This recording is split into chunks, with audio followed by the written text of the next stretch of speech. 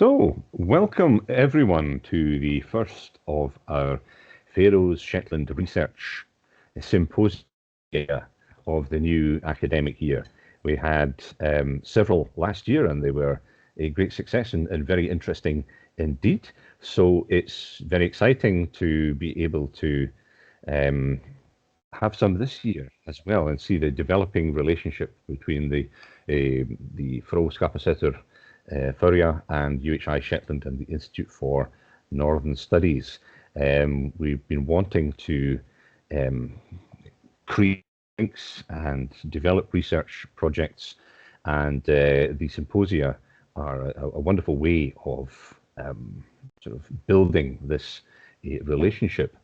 And today we have the opportunity to hear from two well-respected historians, one from the Faroe Islands and one from from Shetland, talking about an individual who linked both archipelagos together in the late 14th, early 15th century.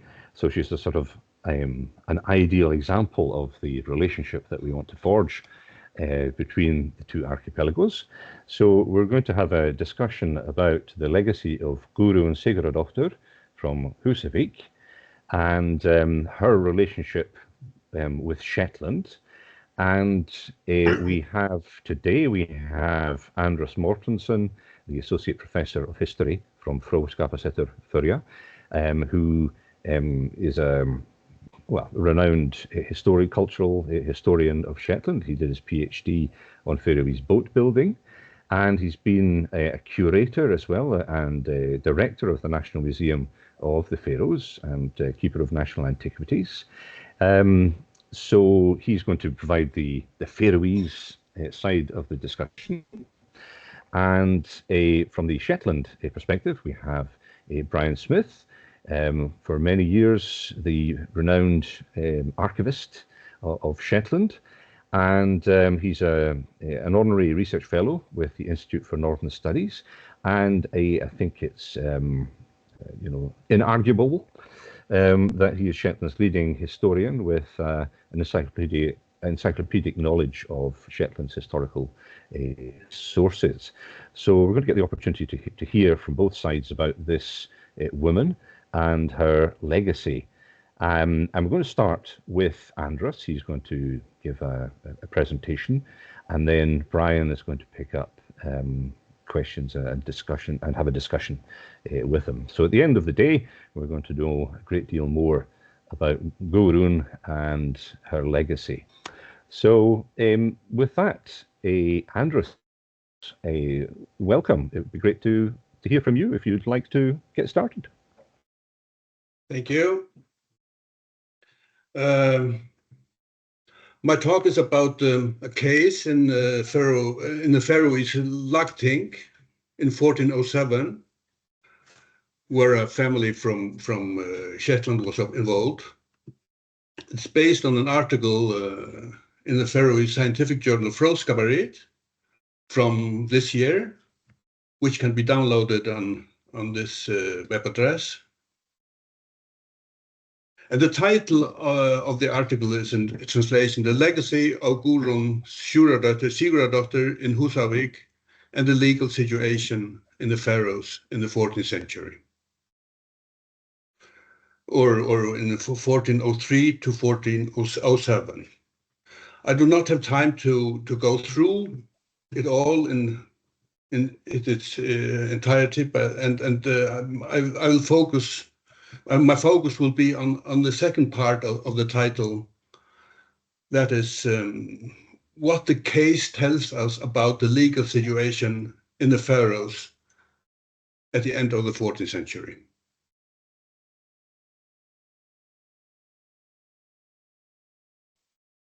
The case is documented in this beautiful parchment manuscript, produced in the lagting in Tórshavn in 1407, and it's now stored at the Copenhagen University. It can be found in English translation in Shetland documents from 1999, And this is a so-called vidisse or transcript letter, which is a witnessed legal document that reproduces other legal documents. In this case, it is a document made by 4 men in Tórshavn on July 3rd, 1407, where they reproduced and testified to the authenticity of 6 open and sealed letters written in the period 1403 to 1405. These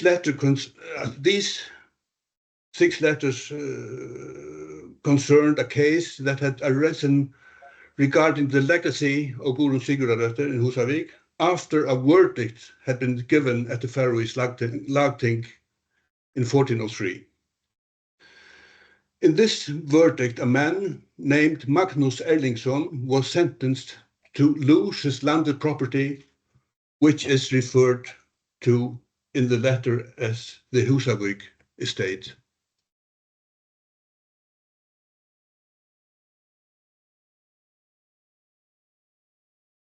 The law that was enforced at the time was the law of the land, or the land law of King Magnus the Lawmender from 1274.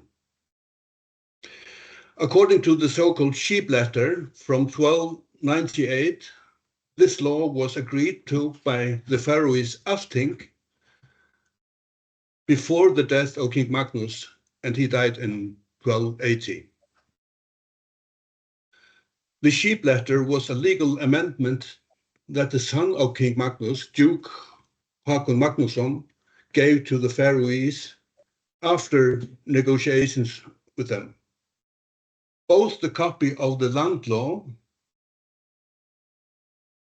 and the original document with the sheep letter are preserved in the Kongsboken, King's Book, which was the law book of the lawman or lagman of the Faroes in the period from about 1300 to about 1600. The King's Book itself is dated to 1300 to 1325. The King's Book was published by the Faroese University Press in 2023. And in this first modern edition, I wrote a historical introduction, transcribed the law text, and translated the text into Faroese. Because of the early dating of the King's Book, I believe that the book also has a past in Shetland. And before I move to discuss the transcript letter from 1407, I must explain this a little more. It's a part of the research problem in my talk. Prior to the 1407 letter, our knowledge of how the land law was administered in the Faroes is limited. We only have indications in the source material. These indications are that in the period from 1298 until about 1360, a name connection can be established between the lawmen who belonged to the Gulating in Norway and the lawmen in the Faroes, and especially in Shetland. And it was Professor Jørn Øyrehagen Sunde who put forward this hypothesis in 2020. This has led to the conjecture that during the first period of royal administration with the land law as a basis, these 2 Norwegian tax lands were arranged as a special judicial district of Gulating, with traveling lawmen from Norway to serve them. We know about a lagting in Shetland already in 1299, but not in the Faroes, where the thing is called Althing in 1298. The difference was that a lagting, according to the land law, has a king-appointed representatives based on a judicial system with public law, whereas an Althing was an older pre-state form of assembly based on private law. The monarchy system was introduced by the legislation of King Magnus the Lawmender, and this legislation was preceded by the fact that the Faroe Islands were governed by local chieftains, such as those we read about in the Føroya saga from approximately 1215. The perceived source material, however, is too weak to be able to obtain a confirmation of this presumption. But from inscriptions made by lawmen or clerks in the late Middle Ages, on the old pages of the King's Book, we have indications that support this assumption.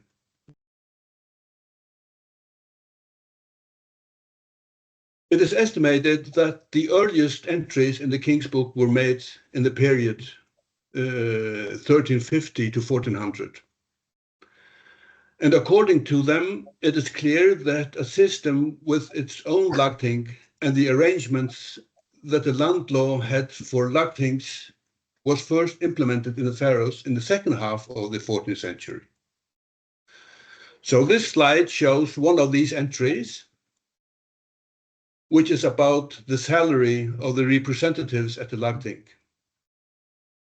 This entry indicates that the lagting system was new when this entry was made.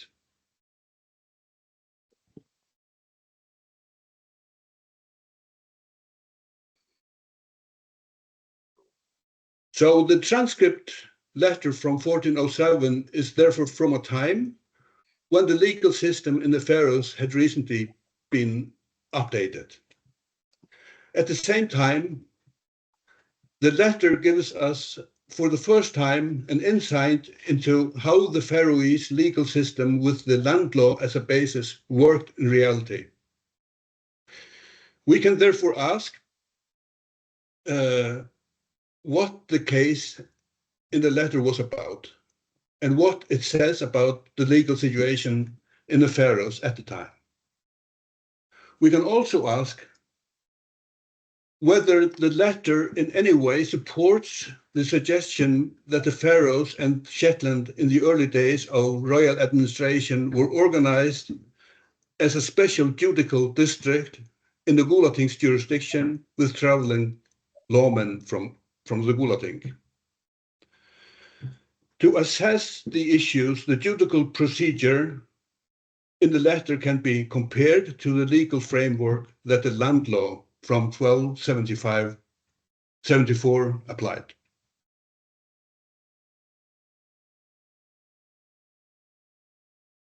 Common to the edition of the transcript letter is that the reproduced letter are arranged by archive system in chronological order, and in the earliest version, which is in the Diplomatarium Norvegicum, they are arranged in a chronological order among other preserved archival letters, according to when they are dated. This modern arrangement complicates the understanding of the letter because in the original manuscript, the letters are not arranged in this chronological order. Rather, they are arranged in a different order, which either must be random or thematic. And when you read the transcript letter as arranged in the original manuscript, it is obvious that the person who composed it through a thought of the case in a thematic way.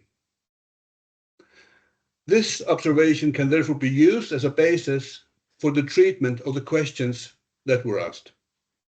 While the first three letters, number 1, 2, and 3, deal with the aftermath of the verdict pronounced in Tórshavn in 1403, the last three letters, 4 to 6, they deal with the legacy of Gudrun Sigurdardottir in Husavik.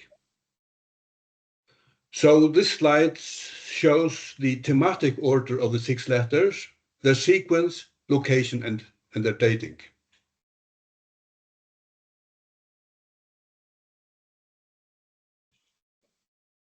In relation to the questions that I asked, the first three letters show together that in 1403, a Shetlander called Magnus Erlingsson, who was an agent for the king's treasurer in the Faroes, was sentenced to lose the Husavik estate. This royal treasurer, who was called Erlendur Philippusson, is also known from other documents. Magnus kept this estate for his mother in Shetland, whose name was Ragnhild Havarsdottir, and she had inherited the estate from Gudrun Sigurdardottir in Husavik in the Faroes. Another agent of the royal treasurer, who was called Trandur Dagfinnsson, had been the plaintiff in the lawsuit, and it was also this Trandur who was to take over the Husavik estate, either as a claimant on behalf of himself or on behalf of the person he represented, that is the royal treasurer, as a private man. When the contents of the letters are compared with the land law of 1274, they give an impression that the Husavik estate was condemned by Gudrun's heirs as payment for a mortgage. We also understand that the mortgage had been included in the inheritance without the knowledge of the heirs. Neither Ragnhild in Shetland, Gudrun in Husavik before her, nor Gudrun's children who had inherited from their father before Gudrun inherited her children. The original debtor of the mortgage was Gudrun's late husband, whose name was Arnbjörn Gulating.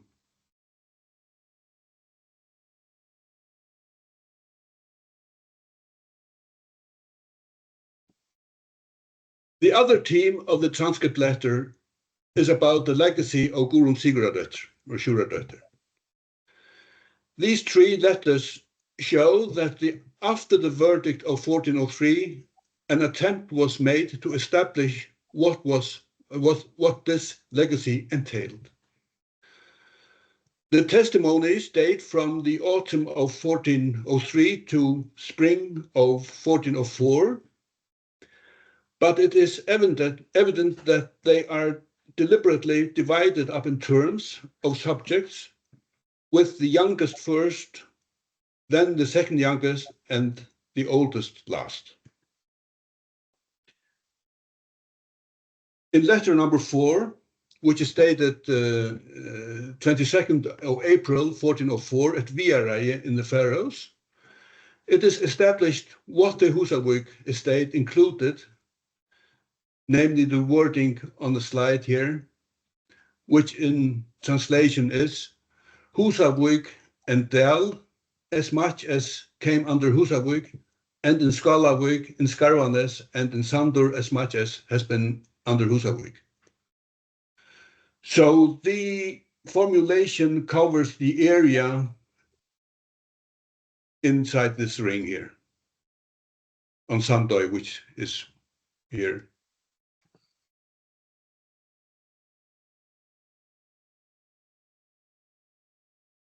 From this, it can be estimated that the Husavik estate has been at least about 77 marks and covered an area of 35 square kilometers. An average farm in the Faroes is approximately 6 marks, and the valuation system refers to the value of pure silver at the time, when the farms were valued, presumably for tax purposes in the early 14th century. The valuation system is also known in the source material from Shetland. Judging from the manorial court roll from 1584, the Husavik estate had about 17 rental farms in the villages that are named, that is in Husavik, Skálavik, Dalur, Skarvanes, and Sandur.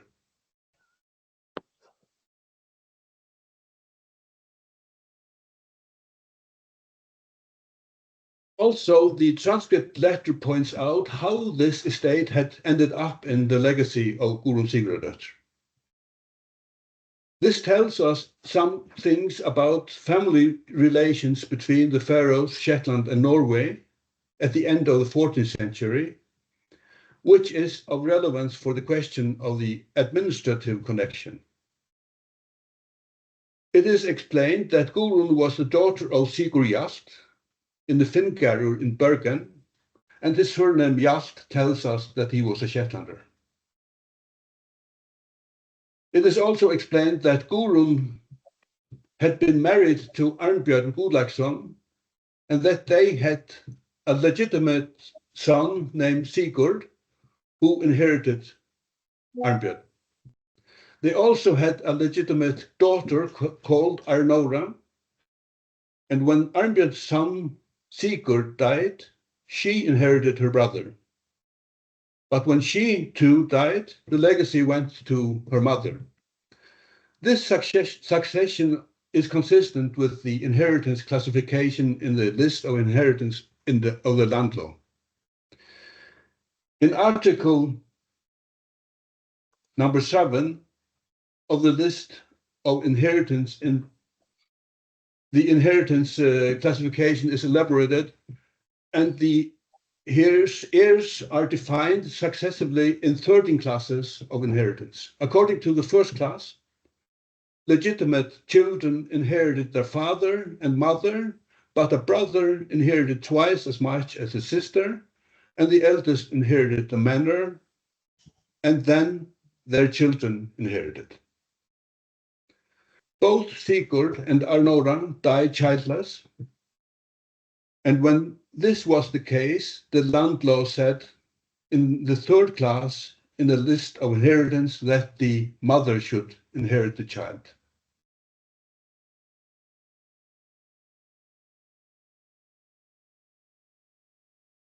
Why Ragnhild Havarsdottir in Shetland had inherited Gudrun in Husavik, and their family relations we also can get an understanding of.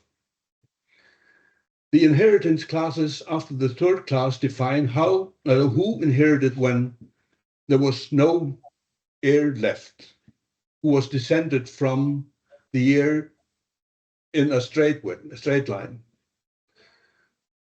The first one in the fourth class to inherit was the father's brother, then the son of a brother, then a brother of the same mother, then the sister of the father, and last the daughter of a brother.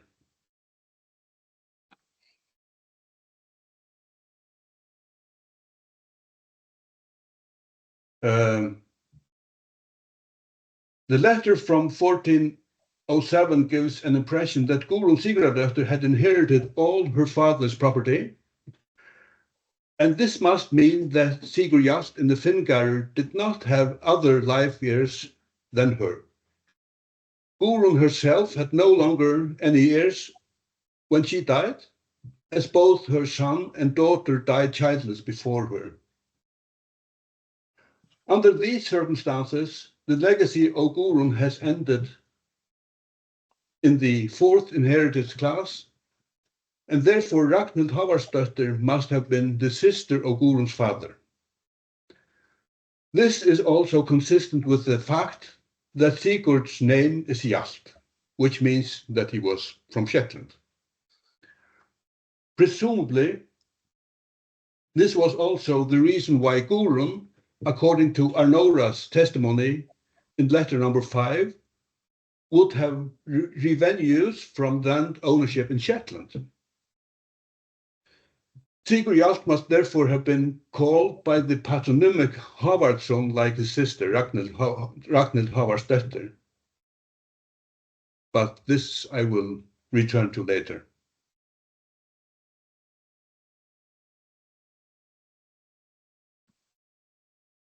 While letter number 4 was about how the Husavik estate had become a part of the total legacy of Gudrun Sigurdardottir, letter number 5 and 6 were about what other values were in her legacy. In this thematic dissertation, we can see what the case was basically about. In letter number 5, which is dated 7th October 1403 at Husar in Kalsoy in the Faroes, 2 men give testimony about what they had heard Arnora, who was now dead, say about the values in Arnbjörn's estate, which were the property of her mother. They were the whole of the Finngarur and half of the Breton in Bergen. That is about 3 of the long rows of houses that still stand on the Bryggen in Bergen. And in addition, various chattels which are mentioned. Also, Arnora had said to her mother, that her mother owned land in Shetland on which she had rental income, but how much she could not remember. The 2 men wrote the testimony.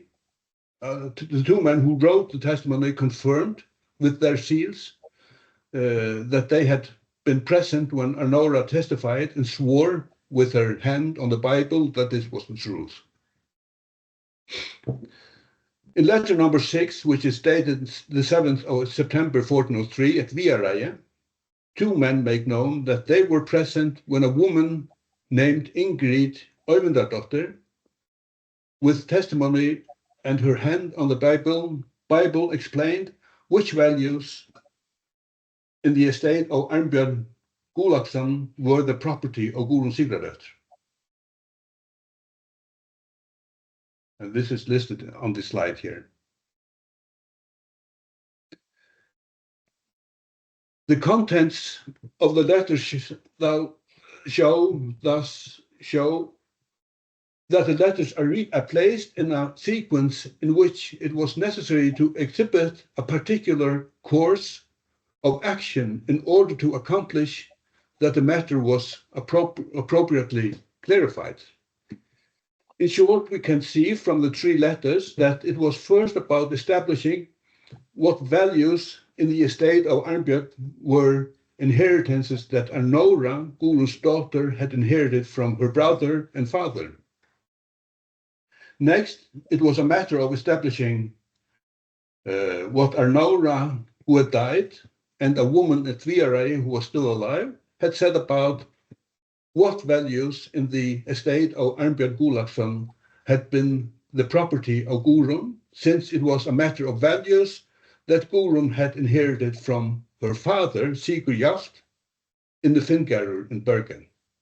It was therefore about pointing out that a part of the values that Arnbjörn Gulating had owned were the property of Gudrun Sigurdardottir, and therefore did not belong to the Husavik estate.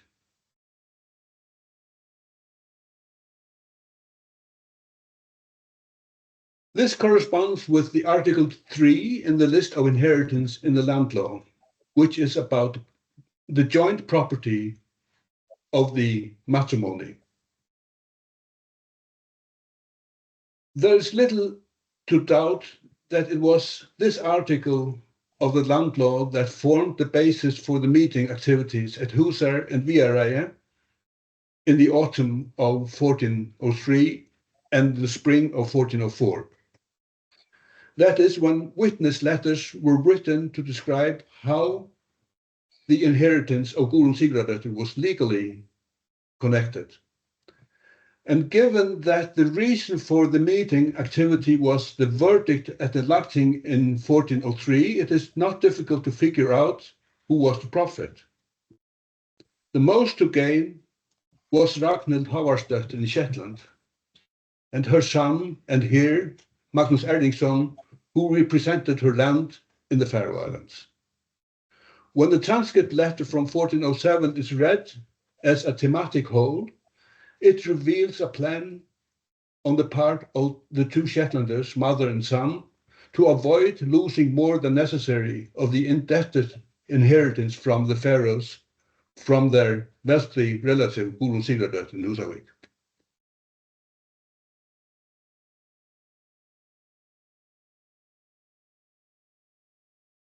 Now the question of the judicial relationship with Shetland remains. The question was asked whether the letter supports the suggestion that the Faroes and Shetland during the early period of royal administration according to the land law were organized as a special judicial district in Gulating's jurisdiction with traveling lawmen from the Gulating. The letter does not explicitly confirm the suggestion, but on the contrary, it shows that at the beginning of the 1400s, there were both cultural and legal relations between the two judicial districts. A woman in Shetland inherited the Husavik estate from a relative in the Faroes, who was the daughter of a wealthy Shetlander who had assets and activities at the Bryggen in Bergen, and also owned land in various places in Norway and Shetland. It is also the case that the son of the a Shetland woman who kept the Husavik estate for her, also had a high position in the royal administration in the Faroes. Judging by the mention, his position was as a bailiff for the king's treasurer in Bergen. It therefore seems that we are dealing with Shetland nobility placed in the royal administration of the Faroes at the end of the 14th century. It is also clear from the transcript letter that the Faroes and Shetland were now divided under separate lawmen, because in letter number 3, a local lawman is mentioned in Shetland, and although no lawman is mentioned in the Faroes in this letter, a surviving letter from 1412 shows that the Faroes also had a local lawman at the beginning of the 15th century. These two letters therefore show that the Shetland and the Faroes now were two judicial districts under the Gulating's jurisdiction, and no longer a special judicial district directly under the lawmen of Gulating, as the sheep letter from 1298 and the source material from Shetland up to about 1360 indicate.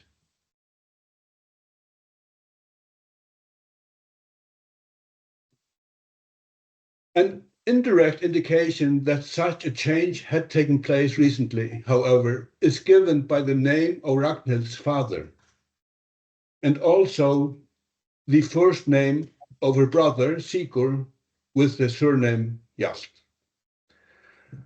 According to the section of the land law that Ragnhild must have inherited, they were legitimate siblings with the same father. And so Sigurd must also have been called by his father's name as Havarsson. Neither Sigurd Jast nor his sister are mentioned in other preserved medieval letters. However, in relation to the suggestion that lawmen from Gulating took care of Shetland and the Faroes in the 14th century, it is pertinent to mention that in a preserved court letter from 1383, one Havardur Sigurdsson, lawman in Ryfylke in Norway, is mentioned as a judge. Ryfylke is in the Ryfylke in Gulating's jurisdiction, so he was one of the lawmen at Gulating. And both his first name and his father's name indicate that Sigurd Jast, the Shetlander, Havarsson and Fingarur in Bergen was his son, or named Sigurd after his grandfather. It is therefore conceivable that the lawman relationships between Gulating, Shetland and the Faroes was one major reason for the arrangement why Gudrun Sigurdardottir from Bergen married the wealthy Arnbjörn Gulason in Husavik in the Faroes. Thank you. Thank you, Andras, for that, really fascinating exploration of these sources. And a vision of connections between the Faroes and Shetland, sort of intimate family level, and also with Bergen and Gulating. Wow, a lot to take away from that. I'm glad you suggested a father for Sigurd of Hjalt there, because that was going to be one of my questions, whether there was any idea who that might have been. I will pass on now to Brian. Perhaps if you could stop sharing. Actually, no, just leave that up just now, Andras, just to give us that image, and then after a little while, stop sharing. But thank you very much for that. And now, Brian, I'll pass on to you. Well, thanks, Andrew. I'm actually going to suggest a grandfather for Sigurd and Ragnhild, but I'll come back to that in a minute. We have a huge debt to pay to Andras for the meticulous work that he's done about that transcription letter.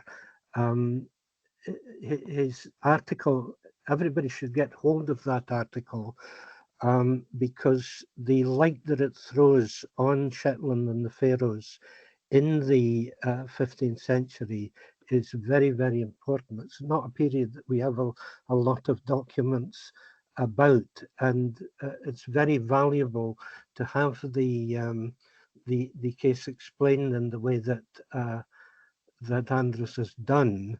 We also have to thank Andras for his magnificent edition of the King's Book, which he kindly sent a copy of to Shetland a few months ago.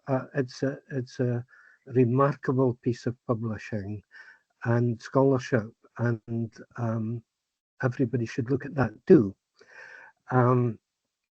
I agree with Andras about most of the things that he's said about the 14.7 letter. I agree about the way that the document is arranged, the nature of the law case, and its relation at various points to the land law and the interests of the various parties.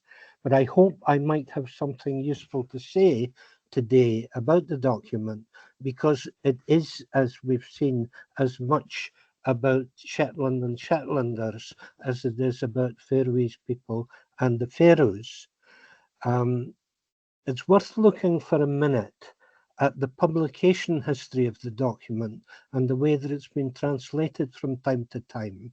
In 1840, the governor of the Faroes, Christian Ployan, sent a transcript of it with the translation into English to Charles Neves and James Allen McConaughey in Edinburgh.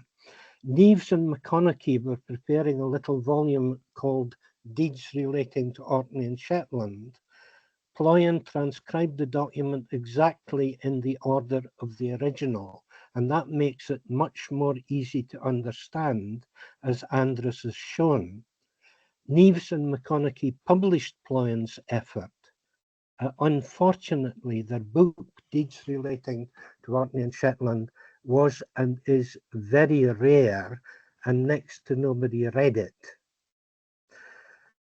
There are half a dozen more published versions of the documents or parts of it, but they're all problematical. As we had from Andras, it appeared in the first volume of Diplomatarium Norvegicum in 1848, but the 6 constituent documents have been removed from their context and appear separately in chronological order rather than in the thematic order that Andras described. The same is true of Jacob Jakobsson's version of it in Diplomatarium Faroense in 1907, with a translation into Faroese, and 2 English translations by Michael Barnes in 1979 and 1999. Now, despite some important errors, Ployan's translation would have been very useful to an English audience if they knew about it.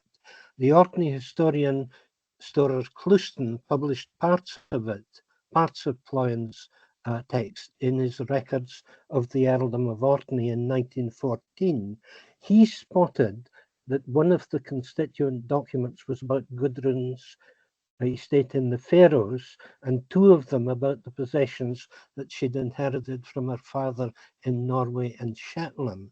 Making that distinction is indeed the first step towards understand what was going on, as Andras has shown. Now, I won't say much about the Faroese estate, which had no doubt been assembled by Gudrun's husband, other than to say that it was relatively small. Andras computes that it encompassed around 77 marks of land. That would not be a huge estate in Shetland. I suspect that there probably were equally large accumulations of landed property in private hands in the Faroes as well. Gudrun's property, landed and movable, mainly derived from her father rather than her husband. Her father, as we've heard, was Sigurd Hjalt, as I pronounce it, whose surname suggests that he was a Shetlander, or perhaps more likely that he was descended from Shetlanders. Sigurd had been based in Bergen, and no doubt that was where Gudrun was born. He owned huge business properties in the town, as we've heard, at Fingard and Bratton. And by the way, both Ployan and Storer Clusen got the wrong end of the stick about these places. They thought they were in Shetland. And of course, it's very important to acknowledge that they were in Norway. Gudrun also inherited property in Shetland, and I'll make some speculations in due course about where it was. More interesting in some ways are the farms that she owned in Norway, in a district that the document calls Rosseland, Lofald, Meiry, and Leti. Peder Gammeltoft has helped me to identify these places.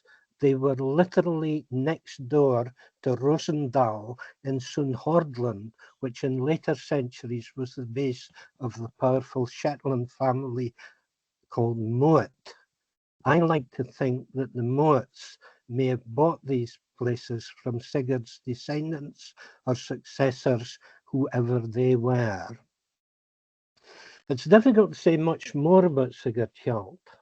Despite his wealth, he doesn't feature in any other document that we can find. I have to say that at first I was skeptical about Andras's view that he was the son of Havard Sigurdsson, who was the lawman of Ryfylke in Rogaland in the 1380s. But then I noticed that in the document of September 1403, Gudrun is said to have inherited a fairly large chunk of land in Ryfylke. That makes the connection with the lawman far more likely, in my opinion. Can we say anything more about Sigurd's ancestry? I have wondered if he might have been descended from another Sigurd Hjalt, who was active in Bergen in the second decade of the 14th century. That Sigurd was one of a group of townsmen who got a license from King Håkon Magnusson to do business with foreign merchants in the town. I think that the Norwegian historian Knut Helle also thought that there might be a connection between the two Sigurds. He styles the earlier Sigurd of Fingard in his big book about the history of Bergen. So let's look now at the connections between Gudrun and Shetland itself. One of the witnesses in the case said that she had collected 46 shillings a year in land rent here in Shetland. It isn't clear what type of shilling is being referred to, so it's difficult to compute how extensive the estate was or where exactly in Shetland it might have been. It probably wasn't huge. We should look closely at the two documents in the transcript letter from 1405 about the occasion when Magnus Erlingsson and Trond Dagfinson met Randhild at Setter in Mid-Yell in Shetland. In some ways, this encounter is the most difficult but most crucial situation to understand in the whole process, I think. I agree with Andras that Randhild and her son Magnus were trying to separate a claim to Gudrun's estate in the Faroes from a claim to her Norwegian possessions. As I've said, the Norwegian estate was bigger and better. At Setter in October 1405, Randhild and her son seem finally to have given up their claim to the Faroese property, but not, of course, to the remainder of Gudrun's property. The document certifying this event was issued at Windhouse, which is right next door to Setter. I wonder if this little district is where Gudrun is said to have received land rent in Shetland. Windhouse may have been the head house of the estate, as it was in later centuries, and Setter, where Randhild lived, an adjunct of it. It looks clear to me that Trond took up his lodgings at Windhouse when he came to Shetland, as might have been regarded as appropriate. I submit that that's what the document of November 1405 says, although Jacobson and Barnes mistranslate the passage as saying that Randhild was living there. She didn't. She lived at Setter next door. As I said, we have few documents from the early 15th century. It's difficult to work out what had happened to these estates previously and what happened to them subsequently. We don't know who inherited or acquired the Shetland part of Gudrun's estate, but Windhouse has an intriguing later history. In the mid-16th century, the proprietor of the whole township, 40 merks of land, was John Swanson, who was an importer of timber from Norway. And in 1624, Swanee Johnson, his son, who died around 1604, was said to be the 11th man that had succeeded and possessed the 40 merk land of Windhouse as their heritage. I suppose that might take us back to 1400. I have a strong feeling that Windhouse and its adjunct Setter was an important district in the late Middle Ages and afterwards. Official documents were issued there. There's a reference to a court being held there in 1590. And on a map of Setter from 1868, the surveyor has written position of the toll booth of Zetland in 1400. That sounds to me as if it was the site of an old judicial headquarters of some kind. Of course, there may well be a gulf, there probably is, between the families in charge there in 1400 and 1550. Exactly who inherited or acquired Windhouse and Fingard and Bratton and Lofald and the 10 loops of land in Ryfylke and even Husavik, we will never know.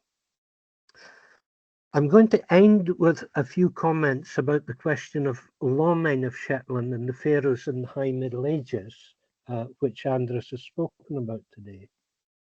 For a long time, scholars have noted the appearance of a lawman styled of Shetland in the Faroes in 1298, when the discussion that resulted in the famous sheep letter was taking place.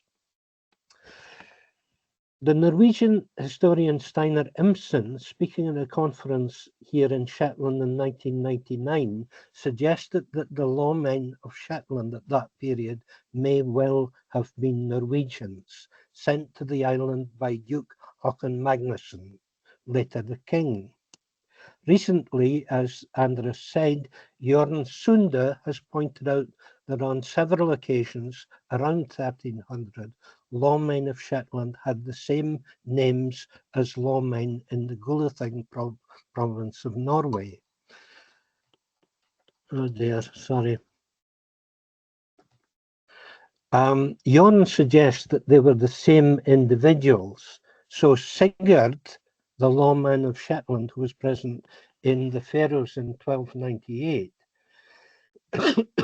might well have been the well-known lawman Sigurd Brynjolfsson from Aga in Norway. I'm convinced by this argument. Apart from the names, there's no way that a local official in Shetland could possibly have written the sophisticated letters about Shetland affairs that we have from 1299 and 1307. Their calligraphy and style are far too complex. But I have one or two caveats to make. If, as has been suggested, Sigurd was acting as lawman of the Faroes as well as Shetland, why is he styled of Shetland in the document? I think it may be the case that Gulating lawmen of Shetland may have been instructed to look after the Faroes as well. There's some evidence, as we know, that the Faroes had a smaller population than Shetland, and there's also the point that Andras made that Shetland, unlike the Faroes, had a fully functioning lagting organization from at least the 1290s. I hope that I'm not being too Shetlandocentric in making that suggestion. My other caveat is about the chronology. Jorn thought that he'd identified a Gulating Shetland lawman as late as the 1360s. But Ian Peter Grosser has established that the late lawman had nothing to do with Shetland at all. I suggest that the jurisdictional arrangement from the period around 1300 devised by Håkon Magnusson might not have survived Håkon's reign. We know that Håkon thought about Shetland and the Faroes as in some sense one unit. In his testament, he bequeathed the revenues he got from both of them for the same ecclesiastical purpose. I suspect that his joint Faroese plans might have died when he died in 1320, and I'm certain that any such arrangements had ceased to exist before the Black Death. And that's my comment. Mm-hmm. Thank you very much indeed, Brian. Andras, would you like to respond to what you've heard from Brian? I agree with Brian and most of the things that I think it's very important to it's very interesting for me to hear about the localities in Shetland and where those people lived and things and about the Finngard. I could mention that we have a notice from 1415, I think, that Hanseatic merchants buy part of the Finngard in 1415. So that says something. I don't know what it says, but there's a small source also. I don't know. Yeah, it would be good to know who these merchants bought it from. Yeah, because we really don't know what happened to these properties. No. We don't know who got them. We don't know if the properties in Shetland might have stayed in the family that we've been discussing, or whether they went to somebody else entirely. I've got a question just for you both. We're nearly out of time, but I mean it's a fascinating case study of a period that we don't know much about, and been able to tease out so much information about the relationship between the islands from this material. But the material itself, has it survived because it was in some sense unique, or is it just unique because it survived?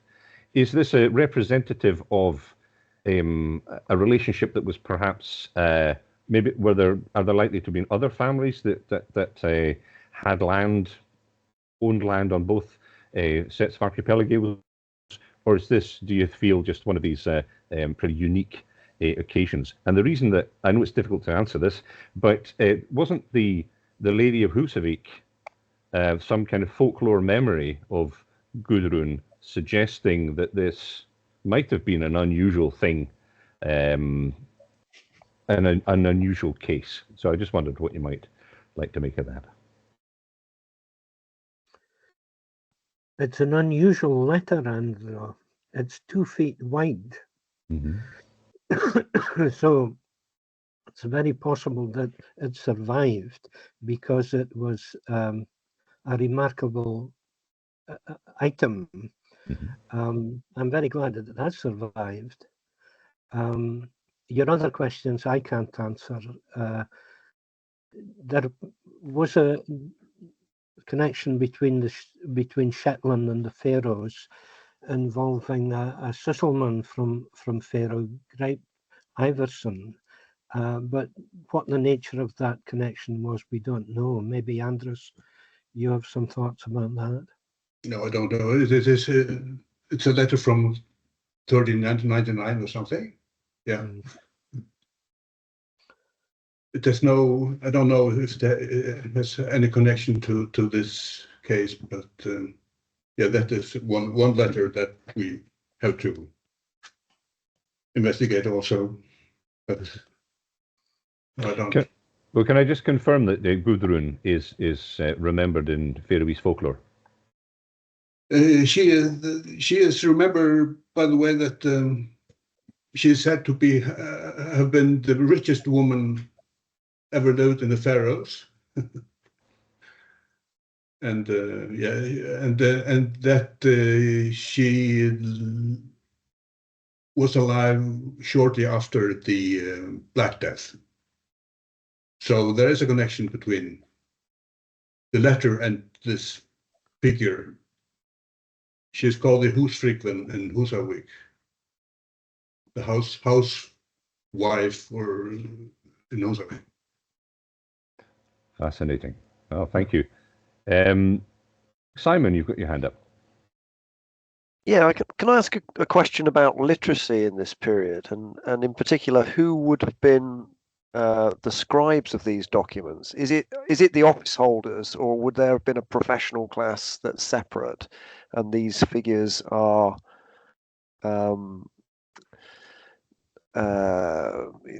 getting the technical work done by a lower level official, if you see what I mean? So that's really the question. So is it safe to say that on the basis of calligraphy and the language of the document that it's not a local Shetlander? Could it be the scribe that's coming in from outside? So just really a general question about who does the clerical work, and whether they're actually the office holders themselves. Yeah, I don't know. It's a very beautiful letter, and he must be a professional, I think, that wrote the letter. So, and the language is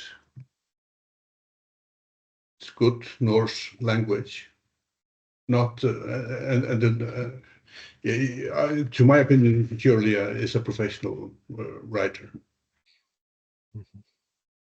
So, I mean, is this something that a member of the aristocracy might aspire to? Would sons of the aristocracy be sent off to learn these kinds of skills, or is this more of something that would be the work of a churchman or something like that?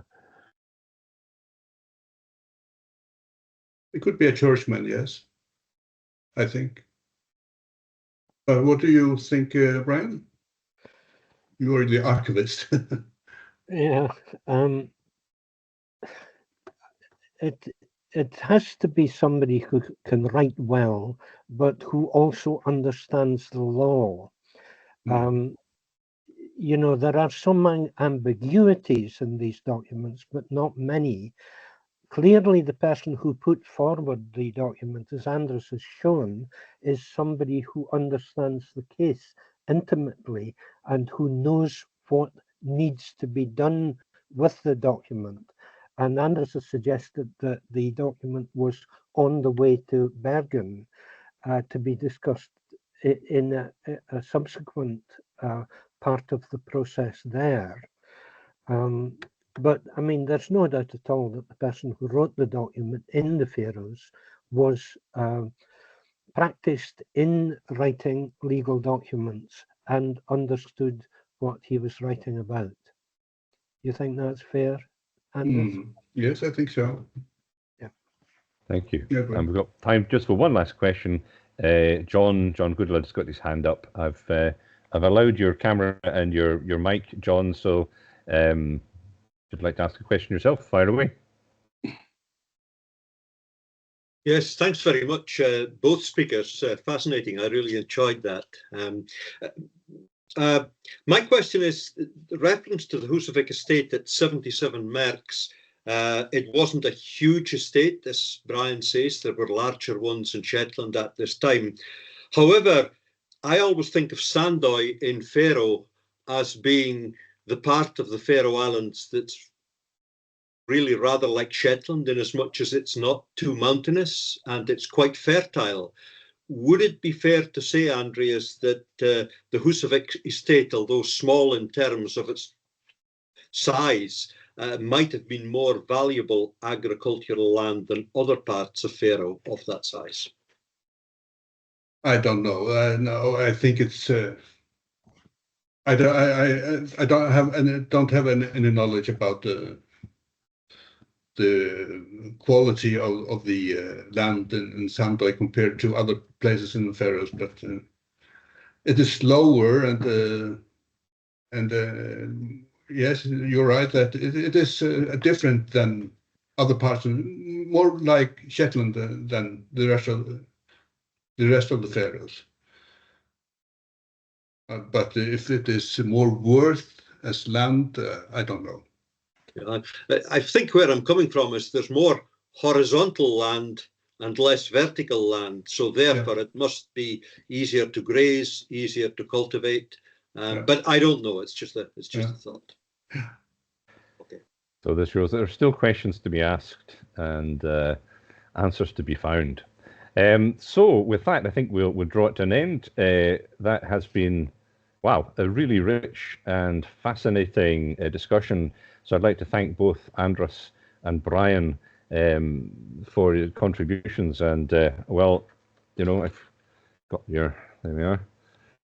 Shetland documents here. I've been having a look at the documents as Andras and Brian have been talking about them. And yes, if we could get a link at some point, Andras, to your most recent research on these, that'd be wonderful. I would certainly like to read them. And well, I think this just goes to show what fruitful opportunities we have when Faroes and Shetland start discussing things. Whole new horizons open up. So just to remind everyone, there will be another symposium on the 20th of November, where we'll be looking at a completely different subject. We'll be looking at tourism in the islands. So please put that in your diaries as well. But yeah, thank you again, Andras and Brian, for a wonderful end of week piece of scholarship for us all to think about and enjoy. So thank you, everyone. Thank you. Thanks.